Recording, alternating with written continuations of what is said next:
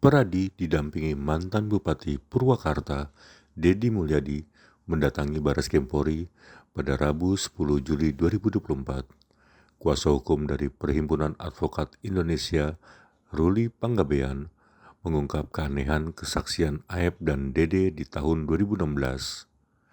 Ruli berharap jika laporan ini diterima, maka akan jadi pintu terbuka untuk 7 terpidana lain memperoleh keadilan.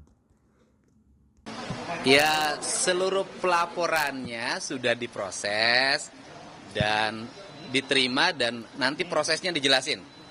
Karena ini yang punya kuasa melaporkan.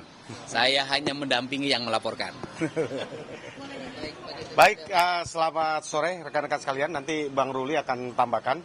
Saya hanya memberikan informasi bahwa semenjak kedatangan kami untuk membuat LP, seluruh proses tadi kami ikuti dari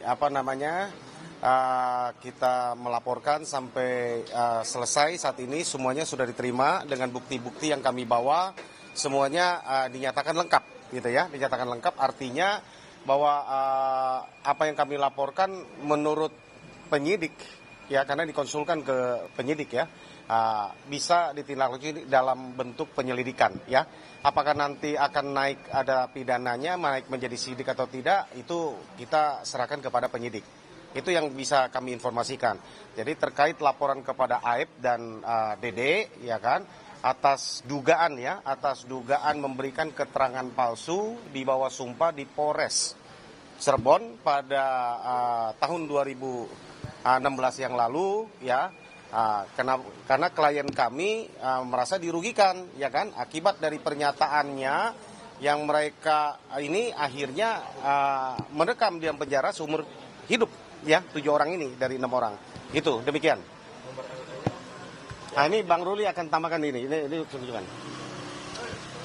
Baik, saya yang membuat laporannya atas nama para terpidana. Kiri Pak.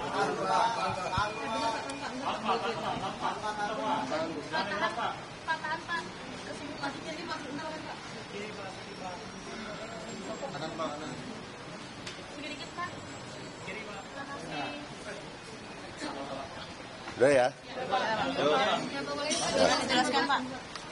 Nah, jadi betul bahwa hari ini saya membuat laporan atas nama para terpidana. Dan kegiatan ini adalah rangkaian kegiatan yang kami lakukan dalam rangka mencari novum dan bukti-bukti baru. Ke depan masih ada lagi. Nah, jadi mudah-mudahan kalau ini diterima dan terbukti, maka jalan cerita pengadilan itu jadi lain lagi. Nah, itu makanya kita membuat laporan ini. Mudah-mudahan ke depan kita akan diperiksa lagi tentunya.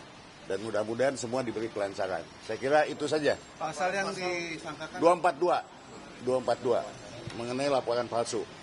Pak, berarti itu tadi kan disebutkan bahwa ini akan jadi novum, ya Pak. Nah, berarti itu untuk kepentingan PK, ya Pak, ya? Betul. Kegiatan rangkaian yang kami roadshow yang selama ini kami lakukan kan muaranya nanti di PK gitu. Nah, dalam proses PK itu apakah nantinya menunggu hasil dari proses penyidikan ini, atau di saat masih proses ini kan masih proses penyelidikan laporan ini langsung dijadikan novum, Pak? Nanti kita akan diskusikan dengan semua kuasa hukum, nanti kita akan putuskan di sana. Pak, sebenarnya kesaksian apa?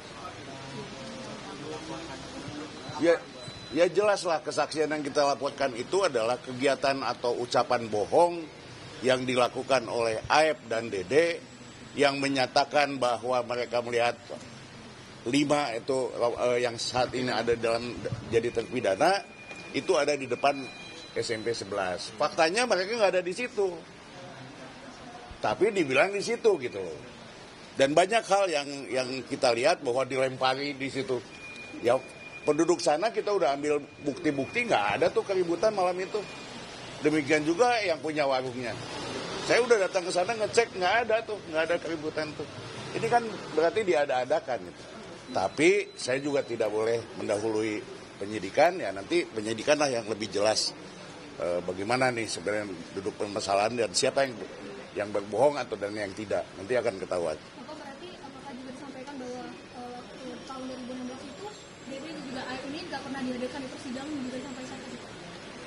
Ya. Tapi ada BAP-nya, tapi dia tidak. Betul. Satu hal ya yang menjadi keanehan buat kami, saksi itu semua di BAP. Tapi kecuali si AFDD ini, waktu di BAP, dia kemudian Tidak hadir di tidak dihadirkan di persidangan. bukan, waktu dia di BAP, dia di bawah sumpah. Artinya dari situ kan sudah kelihatan bahwa dia tidak akan dihadirkan. Yang lain nggak disumpah, yang lain disumpahnya di pengadilan. Kok dia disumpahnya di depan penyidik? Ini dugaan ya. Tapi marilah nanti kita lihat bagaimana penyelidikan dan penyidikan yang dilakukan oleh kepolisian. Apakah nanti ada kemungkinan saksi yang datang untuk memperkuat ini? Banyak. Saya udah ngumpulkan lebih dari 10 saksi kok. Yang belum pernah diperiksa itu saksinya. Saya nggak boleh sebut nama saksinya karena belum waktunya ya. Nanti ada. Tapi artinya lebih dari 10. Ya. Siapa? Saya nggak tahu AF-nya melarikan diri atau enggak. Ya. Kita lihat ya nanti panggilan polisi dia datang atau enggak gitu. Ya. Ada soal tentang nasib Kapolda Jabar yang banyak disindir. Mungkin harus dipecatkah atau kebobrokan timnya dalam pengungkapan kasus kita, mungkin Bapak sebagai tokoh masyarakat melihatnya seperti apa sih Pak? Ya, saya hari ini berfokus pada penanganan laporan dugaan sumpah palsu, kesaksian palsu di depan penyidik, ya kan? Karena bukan dilakukan di depan pengadilan, yaitu yang kita duga adalah saudara AF dan saudara Dede. Nah, kemudian tadi bicara persoalan AF tidak ada. Ayahnya itu adalah warga Kabupaten Purwakarta, Kecamatan Pleret, desanya Palinggihan. Rumah ayahnya ada. Dan kemudian AF di mana posisi hari ini bukan kepentingan kita. Kepentingan kita hari ini adalah kita berkepentingan bahwa 7 orang terpidana yang masih mendekam di penjara harus punya jalan untuk keluar. Ya kan? Jalan untuk keluar karena mereka, kalau saya sih sudah menyampaikan, diyakini tidak melakukan perbuatan sebagaimana yang dituduhkan dan didakwakan. Sehingga mereka mendekam di dalam penjara dan tidak main-main seumur hidup. Artinya bahwa dia sampai mati di dalam penjara. Saya melihat bahwa ini adalah peristiwa kemanusiaan yang luar biasa. Orang gitu kan yang dalam pandangan saya setelah melakukan keliling, wawancara, kemudian bicara dari satu ke tempat lain sampai hampir ada 70 dokumen yang saya miliki. Saya tidak tega dan kita tidak boleh membiarkan orang yang tidak bersalah itu harus mendekam di penjara apalagi seumur hidup. Kan ini. Nah, ini adalah cara. Ini cara yang pertama. Pintu masuknya untuk mereka keluar itu adalah dengan PK. PK-nya dilakukan oleh kuasa hukum yang sudah ditangani oleh Peradi.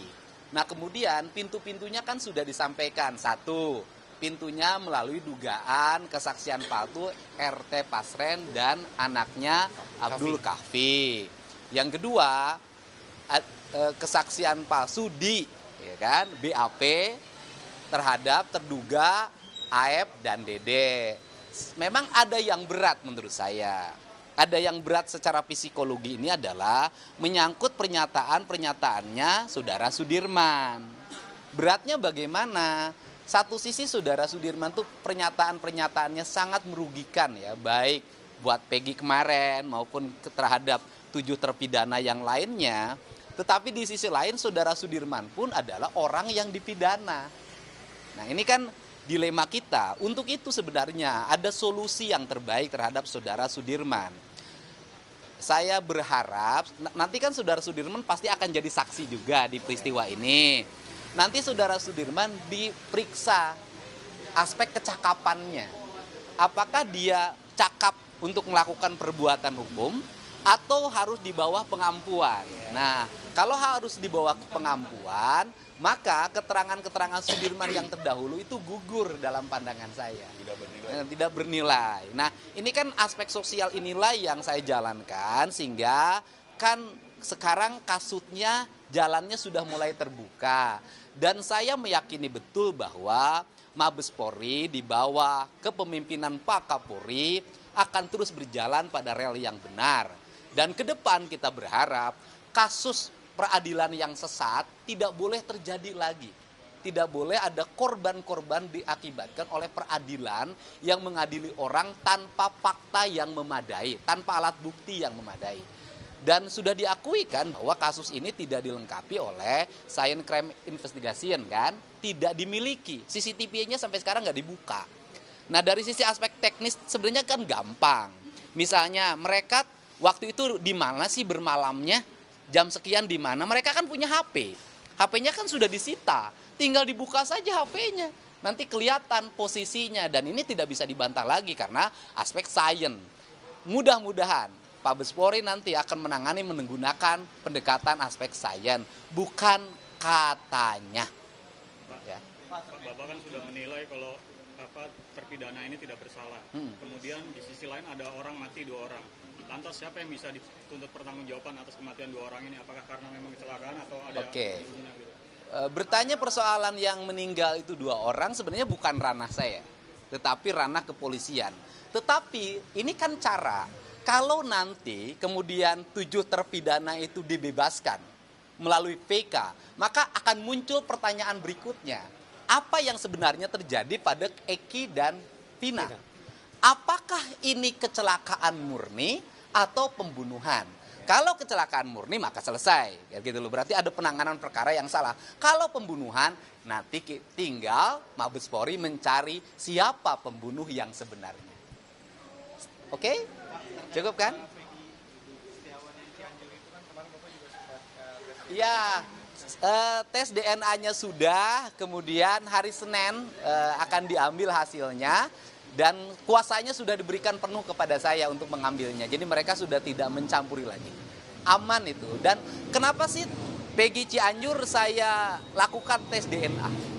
Jangan sampai netizen ini, media sosial kita ini kembangkan cocok logi. Nanti setiap ada namanya Peggy dicurigai, namanya Peggy dicurigai, kan kasihan. Untuk itu saya mengambil langkah untuk saudara Peggy Setiawan putra Pak Cecep dari Pacet Cianjur dilakukan tes DNA atas kesadaran mereka. Sehingga cocok loginya nanti tidak boleh terjadi lagi. Hal kemarin kuasa hukum dari Pak RT sendiri kekeh nih bahwa Pak RT memberikan keterangan yang sebenar-benarnya nih Pak.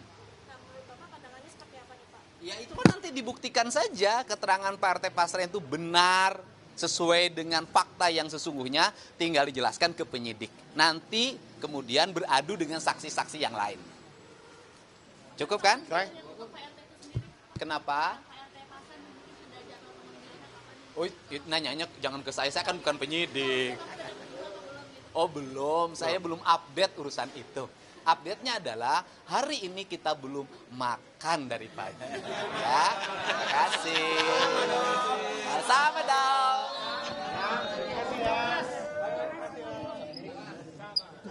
Sama ya, sama. Kita belum lepas.